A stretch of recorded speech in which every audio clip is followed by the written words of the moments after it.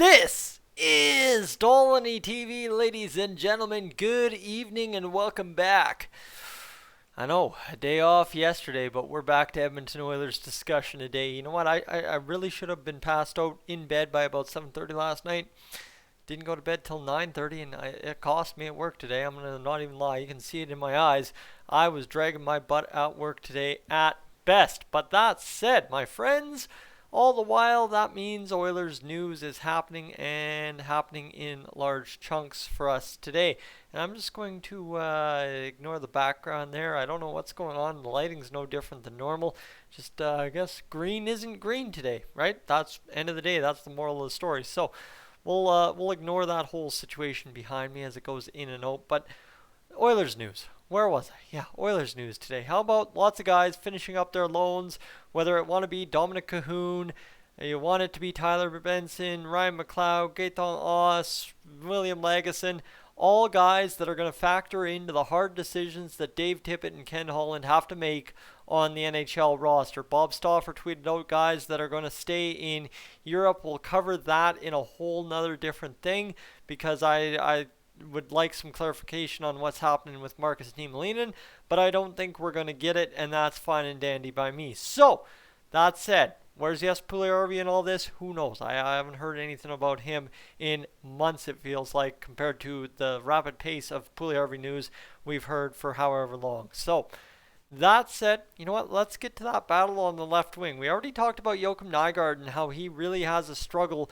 to end up making this squad. But now today, rumors coming out about Mr. Ken Holland looking at potentially trading a body up front to acquire that defenseman instead of going to the PTO market for it. So we're going out there and trading for a $1 million defender for a guy that's worth like 2.1 or 1.2 chase on Kara type deal, and then go move on from that and add that contract, get a draft pick, and save some cap space. Away you go. That's great. That's dandy. That's awesome. But the reality is, day by day, the question is more concerning. Do you cut from the left side or do you cut from the right side? Because no matter how you do it, you're going to have to figure out a delicate balance, and that's what I want to really talk about in today's video, is the delicate balance you find yourselves on with the left wing and the right wing situation. So just to give you an idea for the Oilers, the core kind of situation, right? We know Nuge and Cahoon figure to be top six players. So right there, lock up your top six right wing or left wing situation. No problem about that. Leave your bottom two lines and let's figure that out in a moment. The right side, top nine, solid. Figured out, no problem. Puljujarvi, Yamamoto, Kassian. Bang. So you got about, out of 8 wingers, you've got 5 figured out. No issues about it. Now, names that you've got on the list left: James Neal, Alex Chiasson, Josh Archibald, Jujhar Khaira, Tyler Ennis, Joakim Nygard. And I guess you can count Gaetan Oss in there, depending what you do with Khaira will determine what you do with Haas if they both stay. So that's just 15 forwards, and the rest are centermen that we don't need to worry about.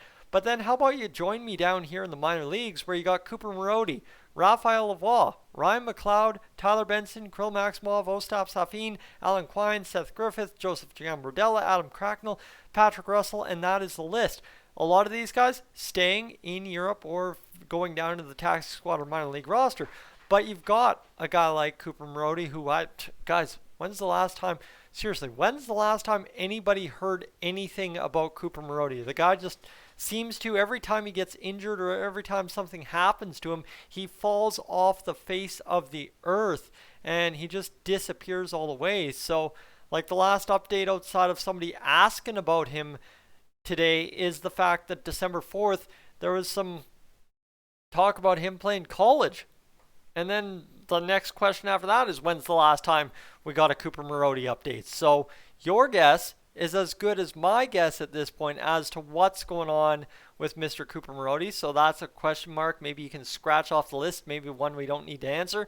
Or he's just hiding away in some hotel in Edmonton enjoying the lavish life that NHL players get to live in the offseason. I don't know. Don't know how lavish life could be during this whole situation Alberta finds itself in. Now, all right, let's forget about Marody. Ryan McLeod. Well, do you count him as a center? Obviously, yes. But then again, there you go, complicating the left side, because now what do you do with Haas and Khaira? Now, you go to Tyler Benson, who is the penultimate situation to complicate the left side. Yeah, this is why I'm saying the left side is complicated. So, okay, let's go back to the top roster for a second here. Slow down.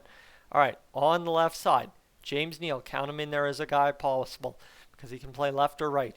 Count in Josh Archibald because he may have to play left. Now, count in Tyler Ennis, who's recovering from broken leg. Okay, count him in there.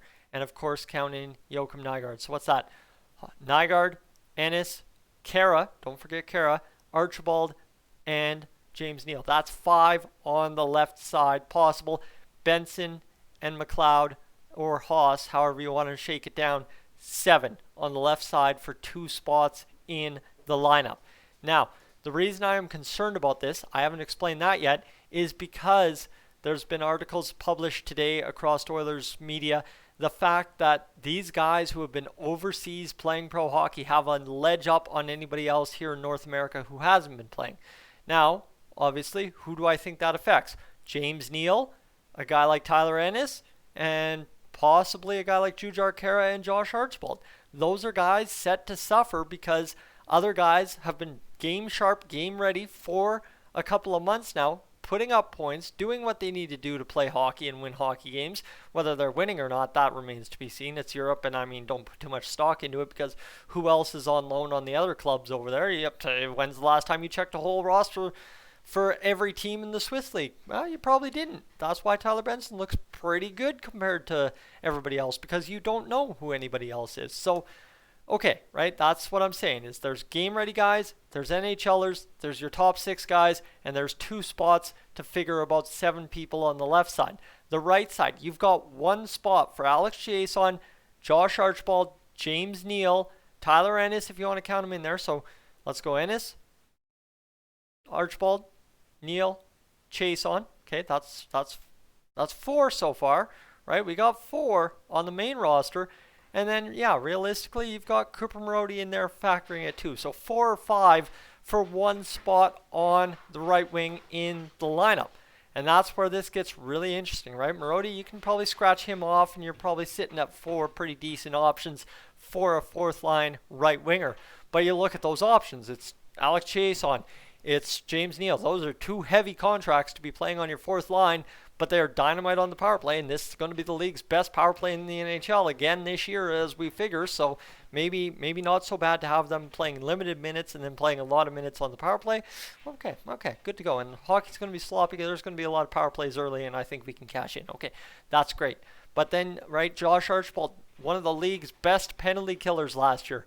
What do you have to say about him? He needs to be on the ice or on the bench to kill penalties. He can't be in the press box, so sorry, he's got to be in the lineup. And again, whether you wanted to go with 7 guys for 2 spots on the left side or 4 or 5 guys for 1 spot on the right side, there's realistically 3 to 4 open roster spots here on this team, realistically without a doubt open for competition.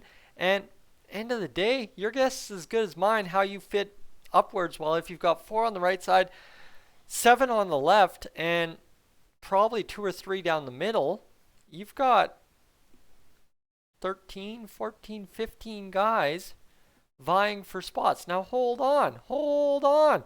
Sorry, I forgot to mention you've got Patrick Russell on the right side. Oh my goodness, now it goes up to 5 or 6. Adam Cracknell, 6 or 7. Now you've got also, throw in there, Alan Quine, Seth Griffith. Well, now we're just throwing names to make it even more complicated than it has to be. Don't forget Joe Gambardella. The guy signed to an NHL contract. I don't care if he's a career AHLer. The guy could still move up and play some meaningful hockey for us. Look at what Josh Curry did. I was a big fan of what Josh Curry brought to the Oilers. Heart and soul and hustle, and the way we went when Josh Curry was on the ice. He might not have produced point per game like Kailer Yamamoto, but the guy, he was a spark plug, and I loved the heck out of what he brought in the 18-19 season. Unfortunate not to see him at the NHL level this past year.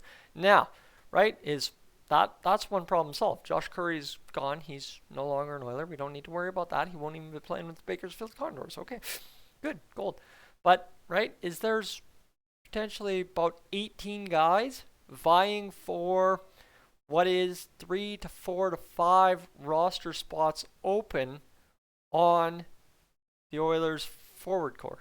right? 5, you know what? The only reason there'd be 5 open is if you trade a guy, right? Then you free up another guy to get into the mix, more or less. But still, in the actual opening night roster, I'd say there's a maximum of 3 spots up for grabs, right? 2 on the left side, center's taken care of, whether it be Kara or Haas on the 4th line, center's taken care of. Heck, even throw McLeod in there, that's taken care of. That's not up for grabs. That's somebody we already have's job and no problem. But on the left side, you've got so many guys, 7 guys, and on the right side, you've got so many guys for 1 spot, that these are really going to be the dynamics that really challenge what happens, right? It's, yeah, sure, we got 3 guys potentially for the center role on the 4th line, but that is cement, right? It's Haas, Kara, or McLeod. Kara's likely to be traded.